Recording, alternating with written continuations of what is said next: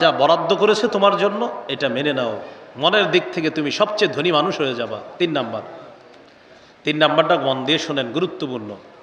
ওয়া আহসিন ইলা জারিকা তাকুন মুমিনা। তুমি প্রতিবেশীর সাথে উত্তম আচরণ করো, খাঁটি মুমিন হয়ে যাবা। দেখেন আল্লাহ রসুল কথাটা কত সহজে বলে দিলেন, তুমি প্রতিবেশীর সাথে উত্তম আচরণ করো, খাঁটি মুমিন হবা। আমি আজকে গাড়ি থেকে নামার পর এখানে আপনারা অসংখ্য মানুষ আমার সাথে মুসাফা করছেন। এখানে আসতে আসতে মুসাফার উপরে মুসাফা। আমার আগে ইয়াহিয়া তাকিবাই আসছে, ওনার সাথে হয়তো এরকম মুসাফা করছেন। এর আগে আলেমরা আসছে, তাদের সাথে এরকম মুসাফা করছেন। কিন্তু যারা আজকে আমার সাথে মুসাফা করছেন তাদের মধ্যে এমনও লোক আছেন যিনি গত 10 বছর আপনার কোনো প্রতিবেশীকে সালাম দেন নাই। তাহলে মুসাফা করলেন আমার সাথে নামার পর, কিন্তু এমনও লোক আছেন প্রতিবেশীর সাথে গত 10 বছর আপনি সালাম দেন না। কেন? আরে এত আমার পাশের ঘরের আব্দুর রহিম, আরে কি সালাম দিন? এত পাশের ঘরে ইউসুফ মিয়া, আরে সালাম দেন না কেন? আহা হুজুর তো বাতিজা আমার, সালাম দেন। অথচ আল্লাহ রসুল সাল্লাল্লাহু আলাইহি সাল্লাম বলেন, প্রতিবেশীর হক আদায় করো, প্রতিনিয়ত সালামের মাধ্যমে হলেও প্রতিবেশীর হক আদায় করো। বলেন আমার সাথে, আসসালামু আলাইকুম। আপনার উপর শান্তি বর্ষিত হোক। তো প্রতিবেশীর উপর শান্তি বর্ষিত হোক চান না? তা আপনি সালাম দেন না কেন? রাসূলুল্লাহ সাল্লাল্লাহু আলাইহি সাল্লাম বললেন, প্রতিবেশীর সাথে উত্তম আচরণ করো, খাঁটি মুমিন হবা। নবীজি বলেন, শোনো, তুমি গোস্ত রান্না করলে ঝোলটা একটু বাড়ায়া দিবা। সাহাবীরা অবাক, ঝোল বাড়ায়া কেন? নবীজি বলেন, তোমার প্রতিবেশীর নাকে গোস্তের ঝোলের ঘ্রাণ যাবে, তারপর তারও মন চাইবে গোস্ত খাইতে। হয়তো তুমি গোস্তের টুকরা তার জন্য পাঠাতে পারবা না, হয়তো তোমার সামর্থ্য কম, অন্তত একটু ঝোল পাঠায়া দিও, যেন সে ঝোল ভিজিয়ে ভাত বা রুটি খেতে পারে। কিন্তু তুমি গোস্তের ঝোলের ঘ্রাণ দিয়ে কোনো প্রতিবেশীকে কষ্ট দিবা, আমার উম্মত ঝোলের ঘ্রাণে তার কষ্ট হবে, আমি নবী তো এটা সহ্য করতে পারি না। দেখছেন মুমিন কারে বলে নবী শিখাচ্ছে। সাথে সাথে নবী বললেন, যদি তুমি মনে করো প্রতিবেশীকে দিবা না, তাহলে গোস্ত এমনভাবে রানতে হবে যেন গ্রান বাহিরে না যায়। হয়তো তুমি গ্রান বাহিরে নিবা না, এমনভাবে রান্না করো, আর যদি গ্রান বাহিরে যায় তো আমার উম্মতকে তুমি কষ্ট দিও না, তার জন্য পাঠাও। আব্দুল্লাহ ইবনে ওমর রাদিয়াল্লাহু তাআলা আনহুর একটা বর্ণনা শোনাই। আপনি ফল ক্রয় করে বাড়িতে ঢুকছেন, ফল, প্রতিবেশীর একটা বাচ্চা ছেলে আপনার ফল দেখছে, আপনি ঘরে গিয়ে আপনার বাচ্চাকে ফল কাইটা তার হাতে দিছেন, তরমুজ অথবা কমলার কোয়াটোয়া বা একটা আপেল কাইটা দিছেন। তো বাচ্চাদের অভ্যাস হইল আপনার, ওরা এক জায়গায় বসে থাকে না, খালি দৌড়। তো ফলটা হাতে দিছেন, দৌড়ায় বাহিরে এসে পড়ছে। প্রতিবেশীর একটা ছোট সন্তান আপনার ছোট সন্তানের হাতে ফল দেখছে, দেখার পর ওর মনে মনে আসছে, ওর আব্বা ফল আনছে, আমার আব্বা ফল আনে নাই। আল্লাহ রসুল সাল্লাল্লাহু আলাইহি সাল্লাম এটা সইতে পারে না যে আমার কোনো উম্মতের ছোট শিশু সন্তান তোমার শিশু সন্তান দেখে কষ্ট পাবে, আমি নবী তো এটা সইতে পারি না। তাহলে কি করবা? কয় ফল তুমি ঘরে নেও এমনভাবে যেন কেউ না দেখে, আর যদি মানুষকে দেখাও তাহলে আমার উম্মতের জন্য পাঠাও, তাদেরকে কষ্ট দিতে পারবা না। তাই তরমুজটা যখন ঘরে নিবেন, যদি দেখায় নেন পাঠায়া দেন, আর যদি বলেন আমি কাউরে দিব না, কালো একটা পলিথিন দিয়ে নেন যেন বুঝতে না পারে এটা কি তরমুজ না ফুটবল। কথার কথা। এই জন্য আপনি রসুল সাল্লাল্লাহু আলাইহি সাল্লাম দেখেন কোথায় কিভাবে কথা বলে, আল্লাহ রসুল কিভাবে আমাদেরকে মুমিন হওয়া শিখাইতেছে। এই যে বড় একটা বাড়ি, বড় বাড়ি আছে না? এখন বলেন 3-4 তলা বাড়ির পাশে একতলা বাড়ি আছে কিনা বলেন সবাই? রাসূলুল্লাহ সাল্লাল্লাহু আলাইহি সাল্লাম বলেন, তুমি যখন বড় বাড়ি করবা প্রতিবেশীর একটু বইলা নিও। হুজুর এটা কেন? তুমি বড় বাড়ি করলে তোমার বাড়ির কারণে ওর বাতাস বন্ধ হবে, আমার উম্মতের বাতাস তুমি বন্ধ করবা কেন? ওর একটু বইলা নিও। যদিও জায়েজ আছে, কিন্তু নবী শিখাইতেছে খাঁটি মুমিন কাকে বলে। তুমি বড় বাড়ি করবা, পাশের জন্য একটু বইলে নিও, তুমি জায়েজ আছে, তুমি বড় বাড়ি করো তো একটু বলো, ভাইজান আমি তো একটা বাড়ি করব, আমার 2-3টা ছেলে, বড় বাড়ি করতে হবে, আমার আর জায়গা নাই, আপনি একটু খুশি মনে আমার অনুমতি দেন।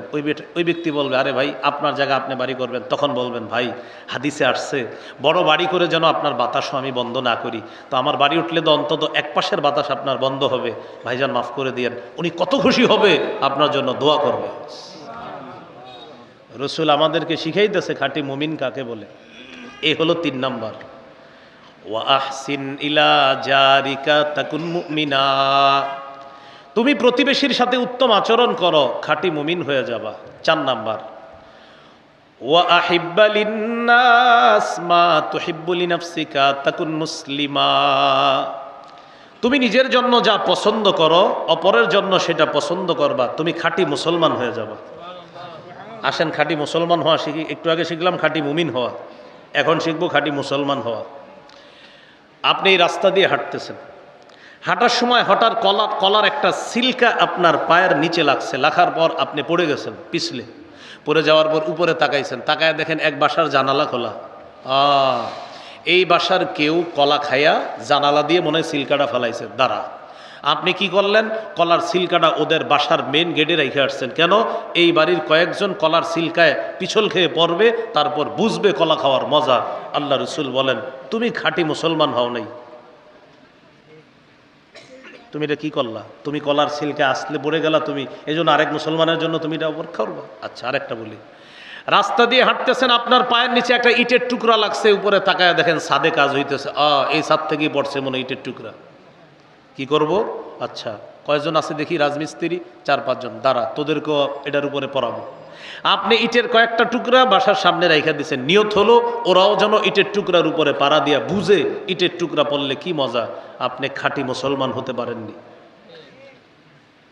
সহিহ বুখারীর বর্ণনা, রাসূলুল্লাহ সাল্লাল্লাহু আলাইহি সাল্লাম বলেন, কলার সিলকাটা আপনার পায়ের নিচে লাগার পর, ইটের টুকরাটা আপনার পায়ে বিদ্ধ হওয়ার পর, কাটার ওই সামান্য অংশ আপনার পায়ে বিদ্ধ হওয়ার পর, আঘাতজনিত ছোট্ট কিছু আপনার পায়ে বিদ্ধ হওয়ার পর, আপনি যদি এই নিয়তে সরিয়ে দেন যে আমার কোনো মুসলমান ভাই বোন যেন কষ্ট না পায়, রাসূলুল্লাহ সাল্লাল্লাহু আলাইহি সাল্লাম বলেন, গফারাল্লাহু লাহু মা তাকদ্দামা মিন যামবি, আল্লাহ তাআলা তার আগের সব গুনাহ মাফ করে দেন।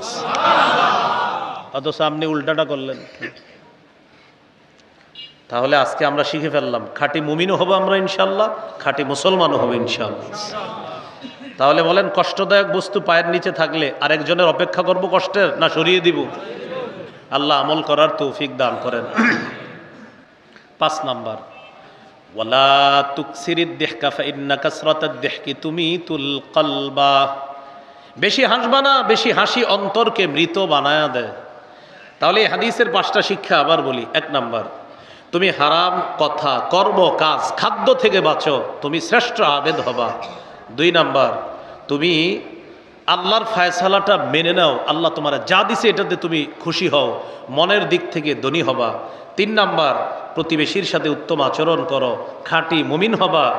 4 নাম্বার, তুমি নিজের জন্য যা পছন্দ করো, অপরের জন্য সেটা পছন্দ করবা, খাঁটি মুসলমান হবা। 5 নাম্বার, তুমি বেশি হাসবা না, বেশি হাসি অন্তরকে মৃত বানিয়ে দেয়। আল্লাহ কথাগুলো মানার তৌফিক দান করে। তাহলে এই হাদিসে আমাদের মূল শিক্ষা, হারাম থেকে বাঁচতে হবে।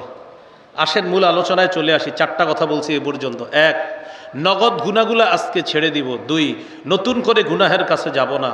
3 নাম্বার, কবিরা গুনাহগুলো ছেড়ে দিব। 4 নাম্বার, হারাম কাজ গুনাহ ছেড়ে দিয়ে আল্লাহর শ্রেষ্ঠ আবেদ হওয়ার চেষ্টা করব ইনশাআল্লাহ। 5 নাম্বার আলোচনা, এটা আমার সাথে বলেন। বলেন, আমাদের কখনো কোনো গুনাহ হয়ে গেলে সবার কাছে বলে বেড়াবো না।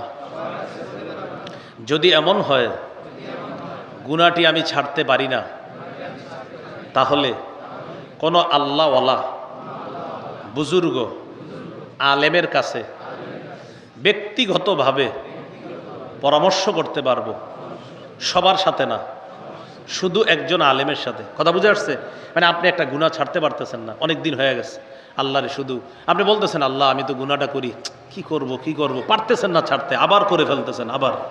তখন সবাইকে না বলে কোনো আল্লাহওয়ালা বুজুর্গকে বলেন, হুজুর আমি তো গুনাহটা ছাড়তে পারতেছি না, আমি আসলে এখন কি করব।